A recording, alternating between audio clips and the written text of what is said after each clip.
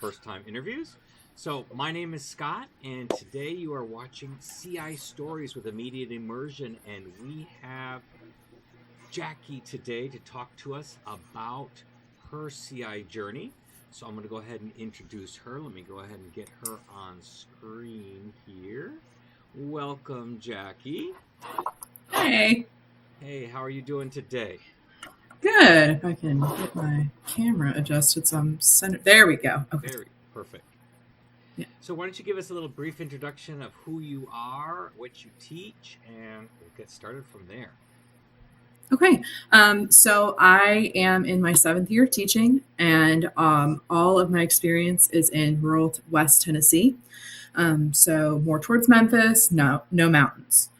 And so I've been doing that. Every school that I've taught in has been on a 4x4 block. Now my current school and the school I was at before structured it so that students took Spanish 1 and 2 back to back. So I have the same kids pretty much all year for about 80 minutes a day. And we go through what is supposed to be Spanish 1 and 2.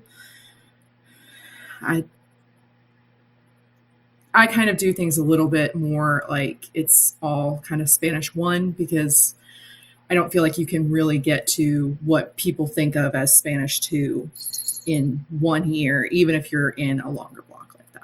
So I agree with you. I'm in the same boat. I'm on a 4x4, and we actually split the level 1 book in half and try to do it, but my 2s are only a hair better than my 1s. And I pretty much the same thing with different vocabulary with them, because pretty much they're very, very green.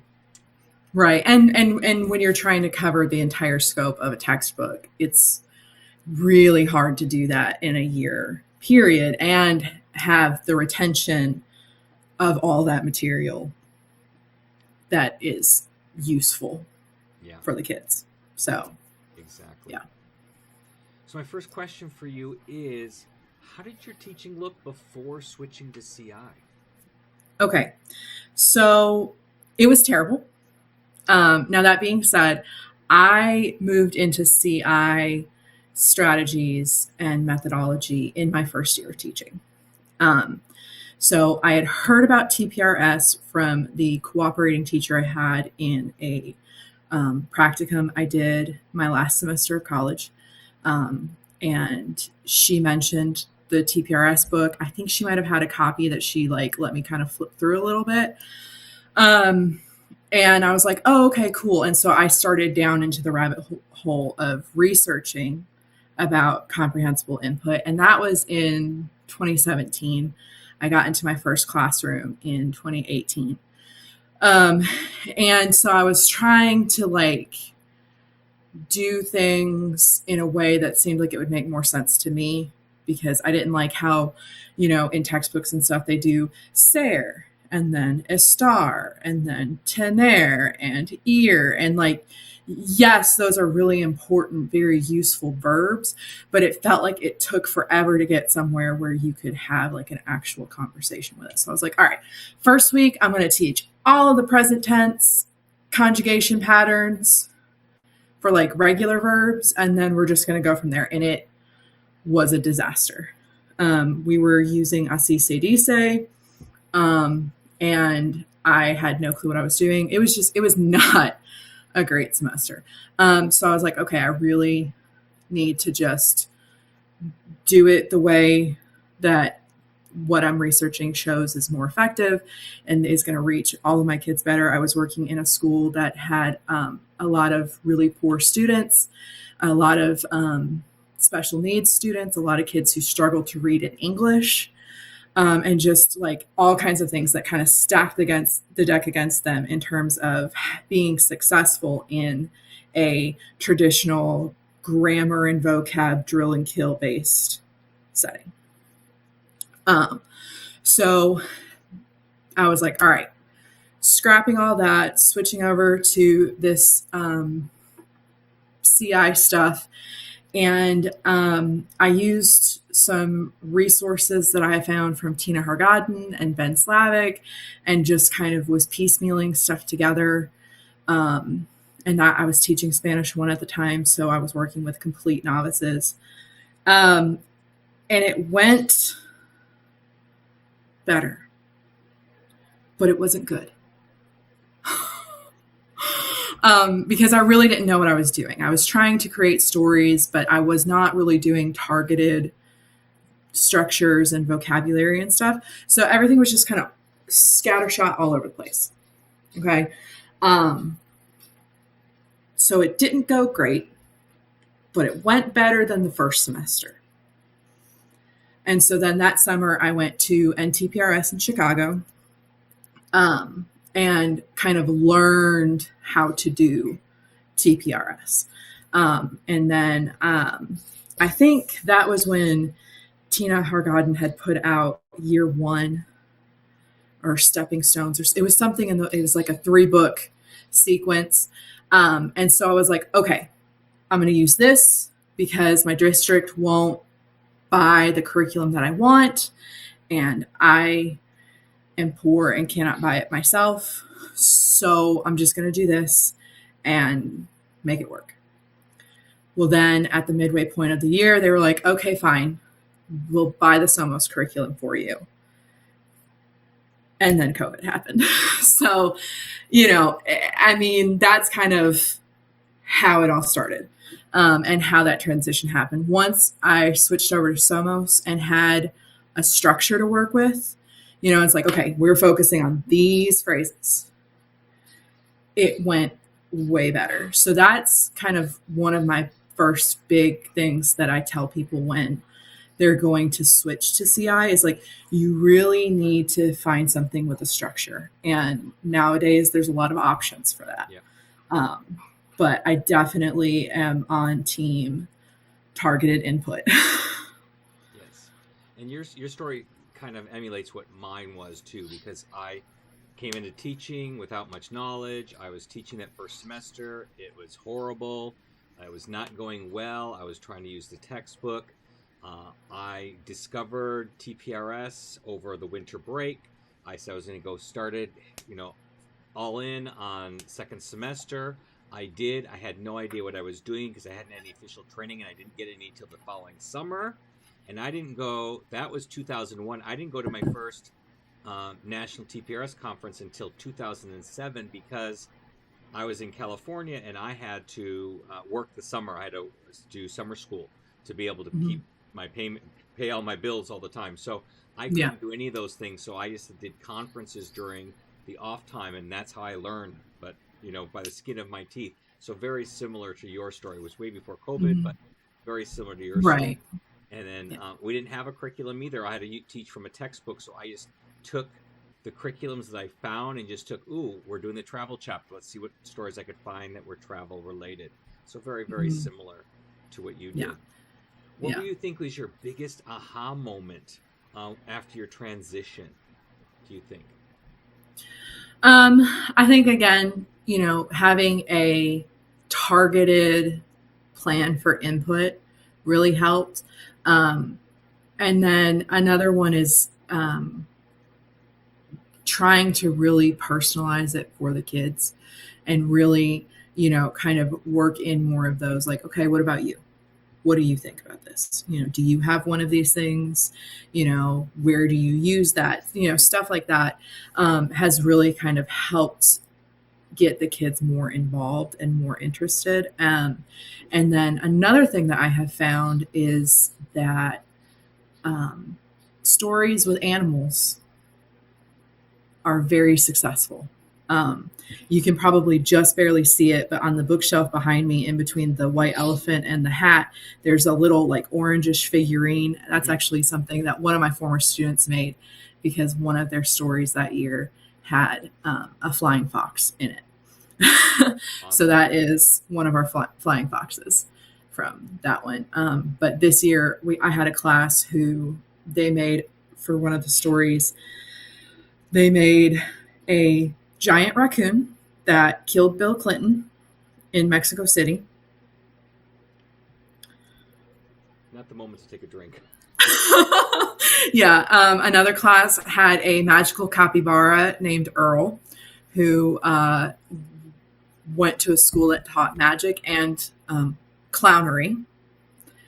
And he showed up again in a story where Kermit was trying to escape from Miss Piggy.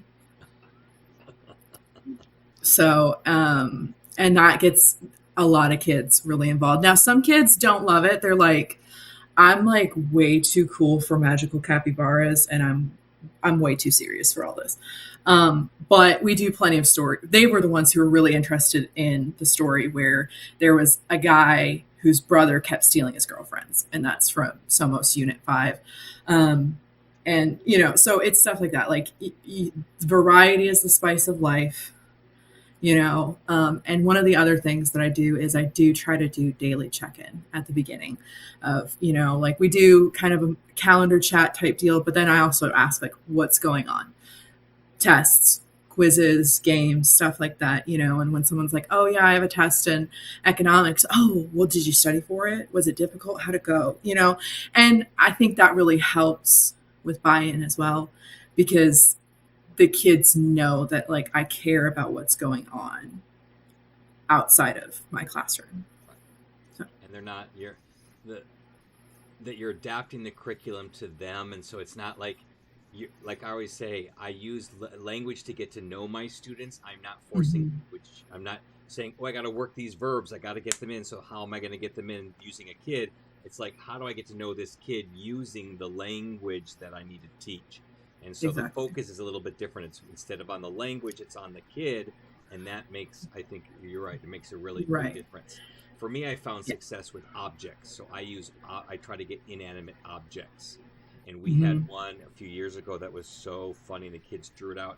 It was because a kid had a dented water bottle, hydro flask, and he bought it used. So we came up with a story about that, about him having a used water bottle, what happened, and how did the water bottle get the dent in the first place. And so it was a funny little story. There was murder involved and attacking. Excellent. It was very, very funny. But my kids like using objects a lot, too, because sometimes I think the animals get a little babyish, but when we make objects, it just seems to go a little bit better. But whatever works is what works. So whatever appreciates your students. Yeah. Murder is always good. One year, it was around Halloween. And so the kids were like, oh, can we do like a Halloween type story? And so we had a chainsaw murderer who kept killing people and massacring people because people kept leaving doors open. Oh. Yeah, it was great. That group was very into it. Yeah, you got to do what you got to do to keep their attentions. Yes, for sure.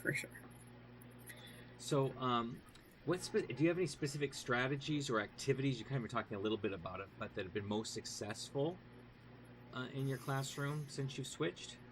I find that having, especially if I have a class that's not super into creating stories from scratch, I find that like having some kind of text to work from and to get them to read along. And I mean, like today we were reading the story that I actually used for my Spanish 1 final before Christmas.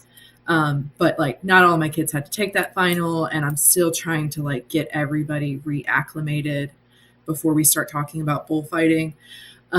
So we read this story in class today, and I read it and asked a bunch of questions, and really it's in the asking the questions and really like making them answer questions, you know. And even if I'm asking mostly yes and no questions so that they can kind of nod or shake their head because they're tired, because they're always tired because they're in high school and they're always tired. And they're the wee hours of the morning. Yep. So, you know, being able to kind of match their energy and go with the vibe of how they're doing kind of helps keep them in it and keep them going. And brain breaks is another one.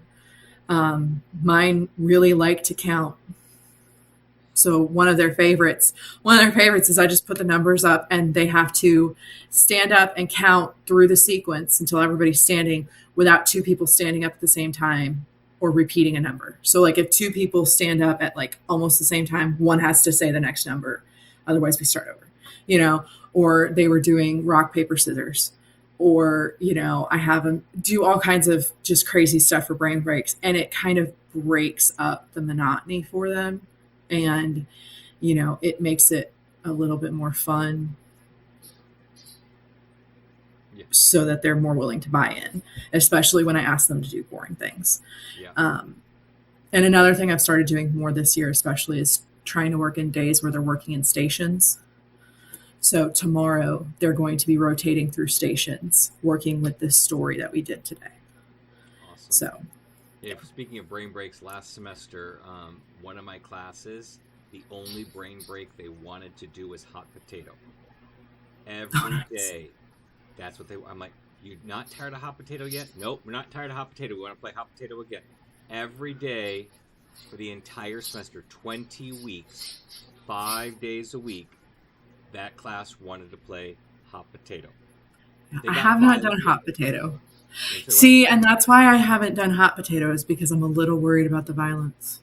Yeah, it wasn't like they threw it at each other, but they just threw the ball hard. It was just a soft Nerf ball. So okay, yeah. It wasn't going to do any damage. Yeah. But they kept playing around. But they were like into the game. They were jumping to catch the ball and making sure someone else wasn't going to get it. They were really, really into it. And they were a little on the violent side, but they still played safe. I mean, they okay, that's good. And it was a Nerf ball, but it was like, oh my gosh, they really got into it. And if someone lost, they got caught, like they were really angry about it. I'm like, this is a child's game. Yeah. I have some students this year who get very competitive when we play games like that, just all kinds of stuff, and it's entertaining for everyone except for the people they're immediately playing with. Yeah, exactly. Did you have any challenges that you faced when transitioning that were tough for you to work through? Or at first, especially tailoring my speech to work for the kids, really figuring out how to narrow down what I was saying and saying it in the clearest way possible for them. And so that was a big challenge at first. And that kind of ties into the, targeted versus non-targeted input. And then, buy-in from colleagues also was kind of a challenge. At my first school, I got it to where everyone was doing CI stuff in theory. At the next school I went to, I was the new teacher on the block. I hadn't been at that school for very long, and I had the least amount of experience, so I wasn't trying to convince anybody to do anything. And nobody was going to be convinced by me, as it were. And so kind of letting go of trying to convince people that they should be doing this as well is something I've kind of had to let go of, which is also a challenge, because when you know something is best practices, it's kind of hard to not say that. I'm kind of there right now because I'm in a new school, and in the past,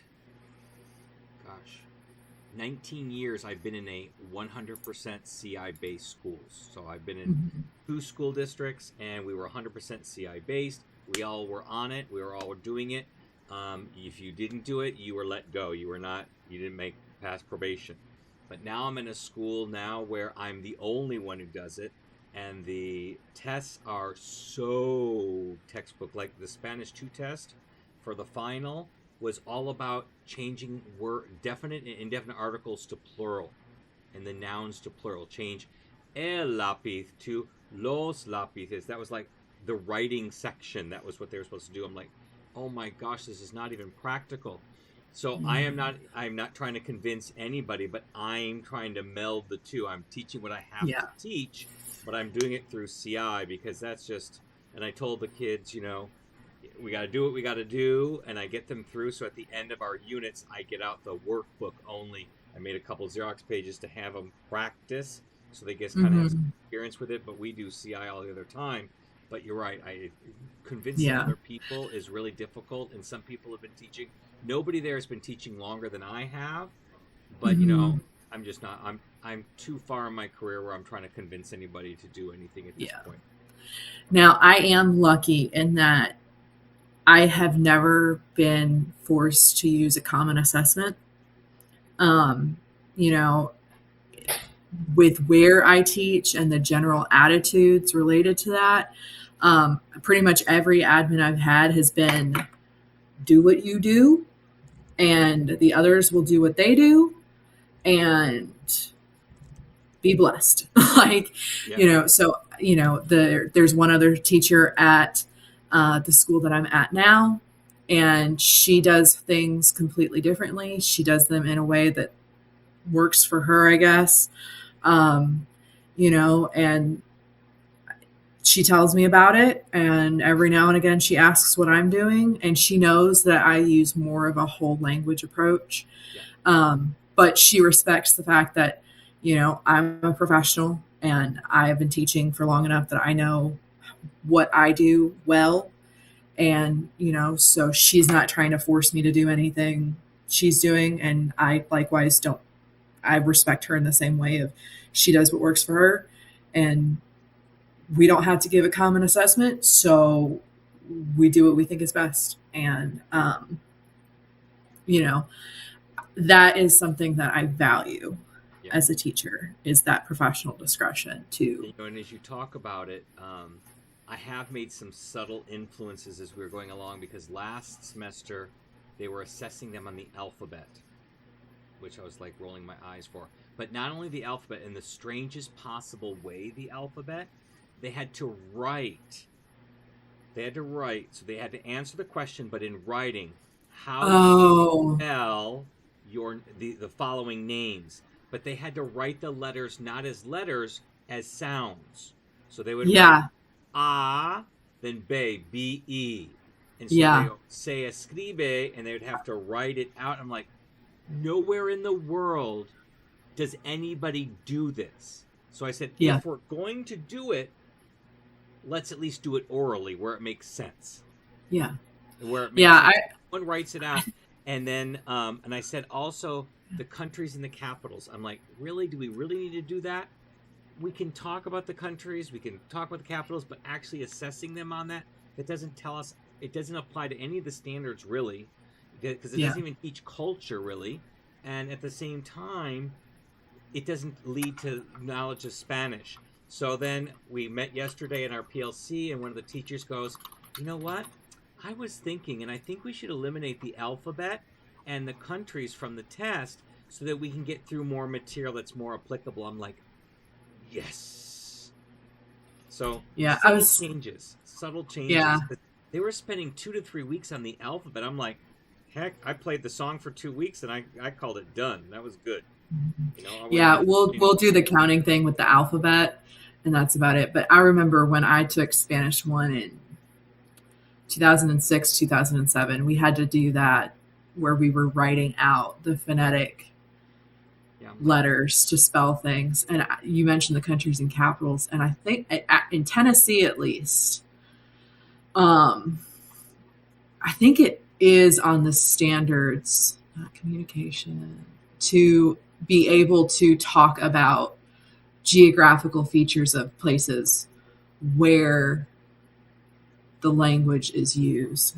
I mean, that I can understand. We can pick and choose, but to have them flat out just memorize the 21 countries that speak Spanish and the 21 capitals, there's not much value to that.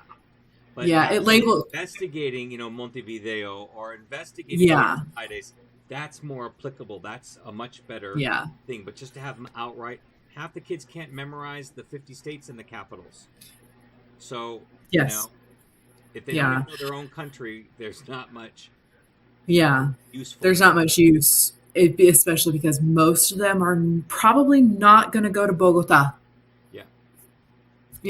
like, They should know where they are. That that's a European country, that's an African country, that's a South American, that's a Central American. right. That I should get, but the countries and capitals was always one Hmm. didn't never jived. Yeah. Another Yeah. question I Yeah. have for you: how do you think CI has impacted your students' overall language proficiency? You didn't have Um, experience before CI, but right. Well, and I mean, the students that I have kept in contact with, especially, I have had several of them come back and be like, yeah, I've used it, in restaurants, or, I was going somewhere and there was somebody who spoke Spanish and I was able to help them a little bit, I've definitely had some of that actually happen. I definitely think my students are they set up a foundation that allows them to go further if they want to. mhm. I would not say that I have the skill set yet to get my students to like intermediate proficiency on a consistent basis by the end of the first year, even though I'm covering Spanish 1 and 2. And for Tennessee, that ideal is that students are at an intermediate low level of proficiency by the end of Spanish 2. Oh, that's even better than actable, because actable usually says the intermediate is where they end up after 4 years of language. Right. And so it's now, and I think they have it as they stay at intermediate low for a little bit. Yeah. But it just, yeah. Yeah, for me, my level Okay. 2, my They might have expectation is adjusted for that. my top kids to get to intermediate low, but my majority of kids I want it novice high at the end of level 2. That's my expectation, and that we work on intermediate and level 3. Okay, yeah. Alphabetic modern languages, novice high in level 1, intermediate low, level 2, intermediate mid for 3 and 4, and intermediate 5 in level 5. Or intermediate high in level 5, sorry. And then if it logographic and visual and classical languages have different Yeah. levels. This is for what I rattled off was for like Spanish, French, German, Yeah, exactly. languages that are more similar to English. So, yeah, but I don't necessarily agree with that. And because I don't have a state level tested content area, nobody cares. Nobody checks. Exactly. Nobody Exactly. checks. Exactly. Nobody checks. Yeah. My admins come and observe me and they're like, I understood some of what you said, but I have no clue what you were doing. Yeah. I know what you were teaching because I read your lesson plan. Kids seem to get it though, so check. Check the boxes. Yeah, pretty much. And every admin has been like, I don't speak Spanish. I had one who blatantly said in front of me and an entire class of students proudly that they cheated their way through Spanish when they were in high Oh, school. great. That's always good to tell your students. Yep. Oh yes. Always Oh good. yes. I was like, thank you for that. Now, in Tennessee, do you have like a cohort of teachers that are also CI that you work with, or how do you connect with the community at all, or do you? I know of a couple of teachers in the area who are using CI. Actually, one of them is in Middle Tennessee. I don't think they're teaching right now, actually, but they were using it at one of their schools. And then, some others. I mostly connect with people through Facebook. There isn't a lot of CI usage in my area. Mm-hmm. There was a teacher who was at my current school before me and before the person that I replaced who was doing some CI stuff, but they're not teaching right now. So it hasn't really caught on in this area. I would love for it to happen, but finding a way to promote it in this area is not something I've found a way to do or had the bandwidth to pursue. I'd like to eventually, but for now not on the forefront of what I'm Right. trying to do. Completely understand. Yeah, out here we started a group of like-minded teachers. We met once Hmm. a Saturdays, and it worked very well until we hit COVID, and then COVID hit, and then we kind of let it all fall off. Yeah. Teachers You were retired. doing that with Clarice Sweeney, right? Yeah, exactly. Yes. Yeah. So I talked with her at NTPRS and in 2019, and she told me about that. And I was like, okay, I'm going to do it. And so when I went back that fall, it was myself, David Rice, and then a woman named Krishana, and they were both out of Memphis. And so we tried to get something started, but it was only ever the three of us. And then after a few months, it kind of fizzled out because there just wasn't schedule meshing.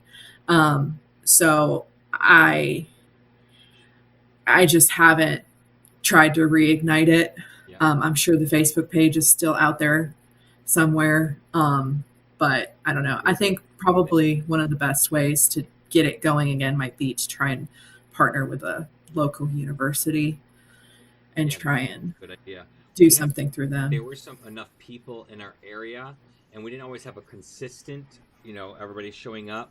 But since my school did it, the other feeder schools that were in my district, 'cause I was an elementary, middle school district, we separate from the high school. So all of us, so there was the five of us at my school, plus three other teachers from the other middle schools, and then the high school did it too. So we had our own little group, at least all of us local, and then we had some people come in from other parts, and even people drove in from San Francisco. Because see, we are always complaining that there's a San Francisco group way out there, but that was like 2-3 hour drive depending on traffic, and nobody Yeah. wanted to do that for an hour meeting and then turn around and come back. So it worked Yeah. really well when we did it. We did it once a month during the school year. But as I said, it fizzled out during COVID, and then Clarice retired that first year of COVID as well, and so we just haven't really picked it up. Plus, my school where we were splitting it, doing it back and forth. My school wanted a multi-million-dollar insurance policy to put on it. I'm like, for nothing that we make money on, we're just using a space to do, professional development. I'm like, we Yeah. couldn't afford that. And Clarice's school was doing it, was allowing us to go without that insurance policy. But then, she retired, so we just kind of let it go. But it's something Yeah. that, I think about every once in a while that maybe we should get back going, because it was really helpful. We came up with like a lesson plan, a different strategy to teach and to talk things through, and we had Yeah. some fun doing that. And Lori, what? All of a sudden, I just forgot her name. Lori Clark. Sorry. Oh, Lori yeah. Clark was living with out in this area for a while, teaching at her school, so she was also helpful at the time too. So Yeah. it was really a Yeah. good. She's great. Yeah, awesome. And so yes, before that we used to have, you mentioned Facebook. We had the More TPRS list, which used to be on Yahoo Groups. Oh, yeah. I remember Yahoo When Yahoo Groups. Groups closed, that's where I Yeah. started and learned a lot, was on that list.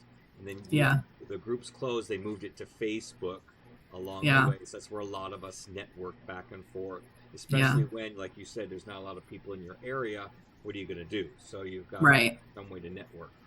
Yeah. I would love to see Discord take off for a location for this, because what I like about Discord is that you can do group video chats, Oh, and it doesn't cost money. But I'm not much of a Discord or what. There's a couple other ones that people use. yeah, I'm not yeah, much. I don't know. Yeah, and that's just because I'm probably gonna leave Facebook soon because it's just gotten ridiculous. But I am a passive Facebook. I'm like, no, that's a word. I'm a reactionary Facebook user. So I don't usually post very much social stuff of my life on there, but I will react to other people's things, or if I see a post come through that's really interesting to me, I'll stay in the behind the scenes and just get the notifications to follow it, or I might have something to put in there. But I don't go to Facebook for anything. right, I used to go to the Yahoo group. But I was yeah, still learning at the time, so I paid a lot more attention to that. But yeah, Facebook, as I said, I'm reactive to it only. Usually, I don't very little do I put socially on there. I do put stuff out there for CI, but Mhm. and then I react to people's other comments and stuff like that. But yes, I'm with you there as well. I'm in some groups that have Discords, but I just never can get into that Discord stuff. There's another one too, not just Discord. There's another similar app that people use too, and I'm just not into that one either. So Yeah. not my thing. Okay, before we wrap up, is there anything that you would give some advice to people either wanting to change over or have recently changed over to make their lives a little bit easier? Yeah, I think a lot of it comes down to find a curriculum or set of resources that are geared towards CI, um, and get really comfortable with that as the base of what you do, and then start adding stuff. But it really helps to have something you can turn to and go, okay, what should I do today? And also, don't be afraid to slow it way down. Because if you're throwing too much at them too fast, they just shut down. And then you're frustrated, they're frustrated, nobody learns anything, and everybody hates everybody. So if you can, it's something that I still have to like remind myself all the time, because I'm always like, oh, I'm gonna hit the ground running, and we're gonna do this, that, and the other, and we're gonna just keep it moving, and they're gonna pick it up, and it's gonna be great. And then it takes about 2 days. Like, if I think something is going to take a week when I'm planning, in reality, it usually takes at least a week and a half, if not 2. Yeah. And that's okay. You kind of have to get used to the different pace of it, and that takes a while to settle in. So the common saying in TPRS was teach the students, not the curriculum. mm-hmm.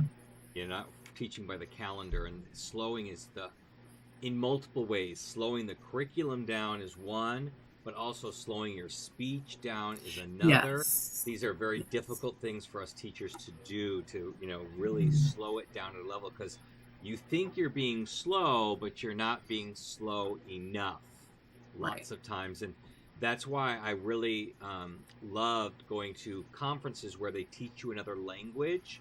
Yes. Unfortunately for me, it was always either Spanish or French, and I know enough of both, obviously, to right. I didn't really feel it.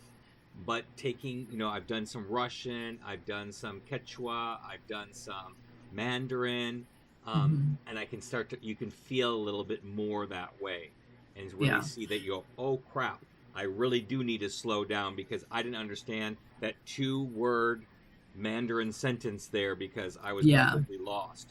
So, there are still things I remember from Linda Lee's demo in 2019 with the hamburgers and the guy who liked the girl. Like I still have the notebook that I filled with stuff, and I show that to my kids. I was like, I had 4 hours of Mandarin, and I was able to do this. And they're like, can you still speak Mandarin? And then I usually spout something off really simple from that. And they're like, how many languages do you know? Yeah. And it's fun to just mess with them at that point. Yes, it is. It is funny. But yes. Yeah. So thank you so much for joining us tonight. If anybody, people have been coming in and dropping out as I see on the live here. If anybody has any questions, feel free to drop them in the chat right now. Or if you're watching this on the replay, you can put them in the comments, and I'll make sure Jackie gets to see them, and so she can answer them for you. Is there any way that people can connect with you directly, like social or anything that you'd like to share with us? I am not super present on social media right now. I'm tinkering around with Blue Sky, but I don't have a professional one set up yet. Okay. But if there's somebody who does want to reach out, they can let us know in the comments, and I can reach out to them and give them my email. I don't necessarily want to put that out for everybody in the world to see, but if there's anybody who's interested, I'd be happy to give them my personal email. So thank you for having me. This was fun. You're welcome. I hope it helps some people dive in to the world of CI. I'm sure, because you went in head first, so that really helps some people. Some people are toe dippers, and some people like you and I we went all in, and it will all be helpful. And I appreciate you being our first interviewee for CI Stories. Okay. Thank you so much. Have a great night. You as well. Good night. Okay. Bye-bye.